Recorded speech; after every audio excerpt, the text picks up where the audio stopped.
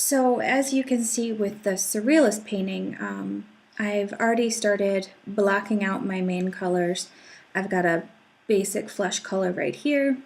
I've got the whites of the eye right here, and I've already started to shade in here the darker shadowy areas of the upper eyelid.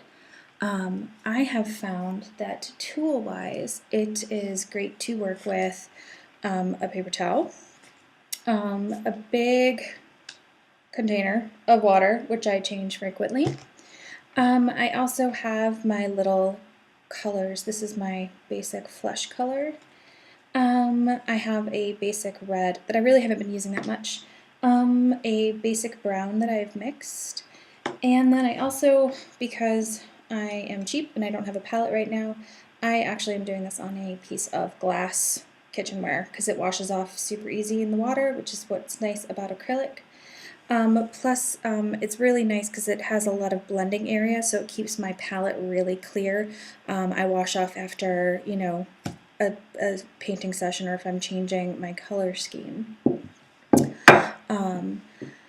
For me, with working with acrylics, I've found that layering, which is your basic painting technique, is the thing that is really most important. I've probably been working on this section of the eye for a good 45 minutes or so, and that's about all I've gotten done. And I keep going back over and building in shadows and building in highlights. I've been playing with different techniques of building in the shadow and then building in the highlight. I haven't figured out what I like best yet. I think it's whatever works most for you. This is the brush that I have been using most right now. As you can see, maybe it'd be better if I do it on my sweatshirt. You can see it's a flat filbert brush. For some reason I just like this flat, it's got a nice little flat edge that I think is great for blending. So yes, that's where I'm at. I had done the sky background yesterday, let that completely dry, and then used a carbon copying technique to put the eye on from the original piece. So let's try a little bit of painting here.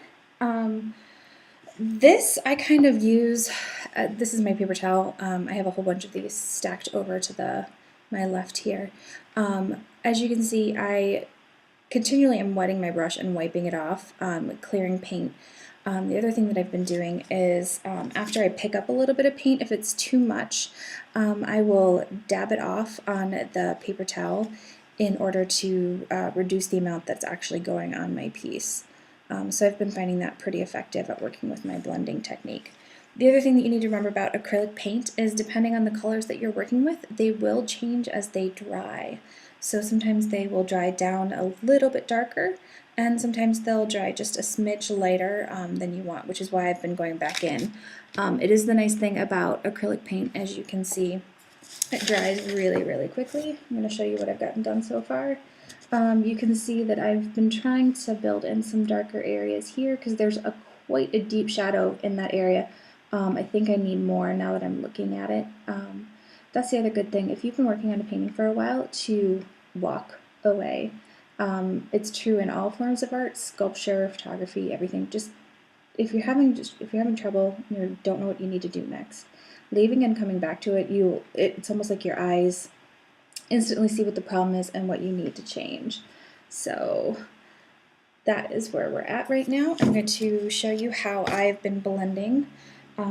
Might not be the most perfect technique, but I find that's what is working for me. That was my phone dinging. Should probably turn that off. So, okay, so I'm grabbing a little bit of water here, and I'm dabbing off my brush. And let's see, where do I want to go next? I think I am going to, actually, I'm going to need to use my computer and pull up. I'm working from, oh crap, I didn't mean to do that. I'm working from a photo I pulled offline and sized, and I've been referencing it as I paint to make sure that my colors are correct. Just kind of helps me visualize what I need to be doing a little bit more. I highly recommend if you could sit with a computer in front of you or the painting itself or a copy of the painting, that is awesome.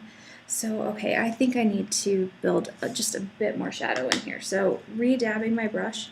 The other nice thing about using this paper towel is sometimes you can pick up just a little bit of color that's been stuck on there from before, which is what I just did. So, let's see. I'm going to try to smudge in a little extra color here. My brush is still slightly damp. Actually, that color is not going to be deep enough. I'm going to need something a little darker. So what I'm going to do is I have my black color here, and as you can see, I was really bad, and I stuck my palette knife in there with other colors on it. So I'm just going to take and put just the smallest amount on the tip of my brush. Let's see if I hold that there. You can see it a little bit better. And then I'm going to dab off because I really don't want a lot on there. And then I'm just going to start at the edge here and kind of push that into the paint a little bit, and then go back, grab a little bit more. I've found that especially when you're working with adding highlights and shadows, it's easier to start off a little conservative and build rather than being way too aggressive and then spending your entire afternoon trying to fix that. So there we go. I'm starting to build. You can see it's starting to look a little streaky right here, whereas I'm pulling it out. The other thing about working with a slightly damp brush, and it's not soaking wet, I mean, I've really pushed off a lot of the excess water, is that it will sometimes drag the other colors through the piece that you've already built up, which can be a good thing or a bad thing. Sometimes it works out wonderfully, sometimes I am not happy with what happens.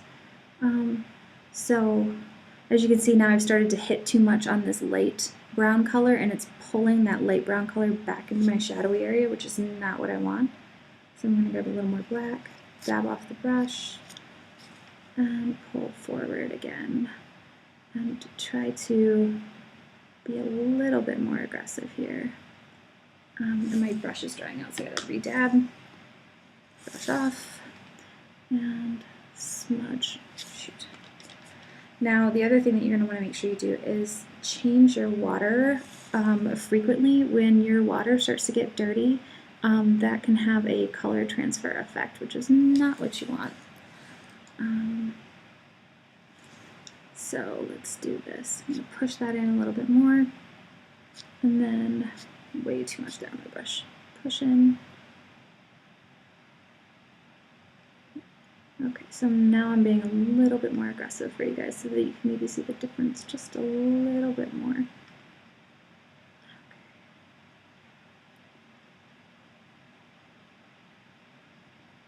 There we go.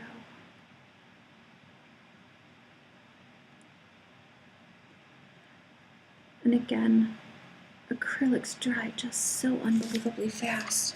Sorry, I need to pick this up and take a look at it myself. Okay.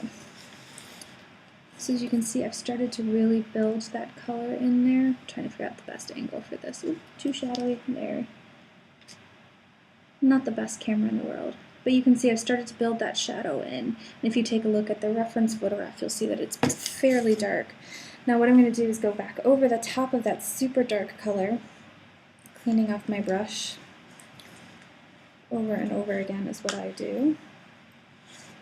Okay, I'm going to grab a little bit of my sort of medium brownish color, dab a little bit of it off, touch it in the water just for a smidge to thin it out, and then re-dab so that when I go over this top part here, you can see it's starting to blend a little bit. It's starting to pull that little blackness in, pull the darkness in, but give it that brownish fleshy color that I would like it to have. So as you can see, it's starting to blend that way.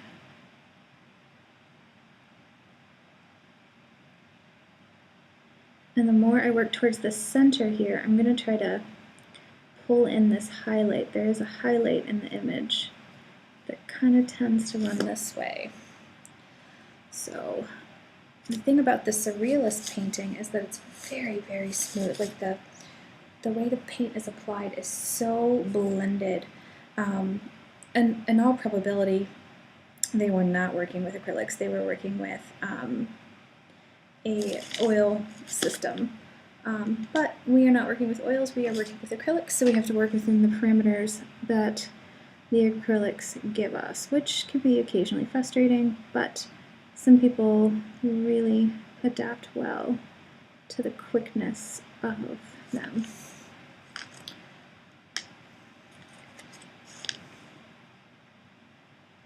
Oops. See, a little too much water, and I started to pull a little bit of that lighter paint from before through.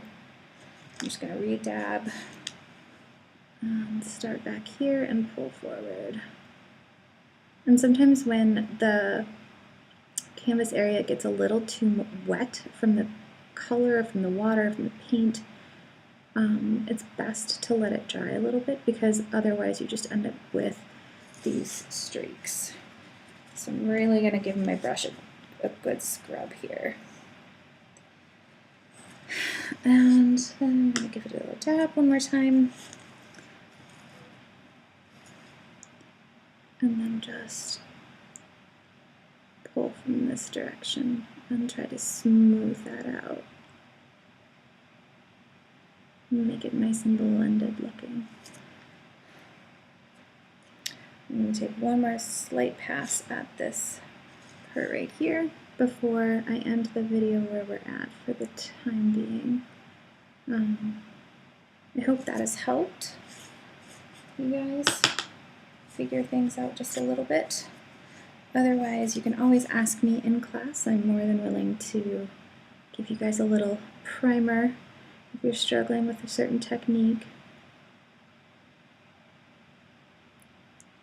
It's all it is just over and over again trying to figure out how to make it work for you. And there are tons of different painting techniques and styles, so you can see the difference from before.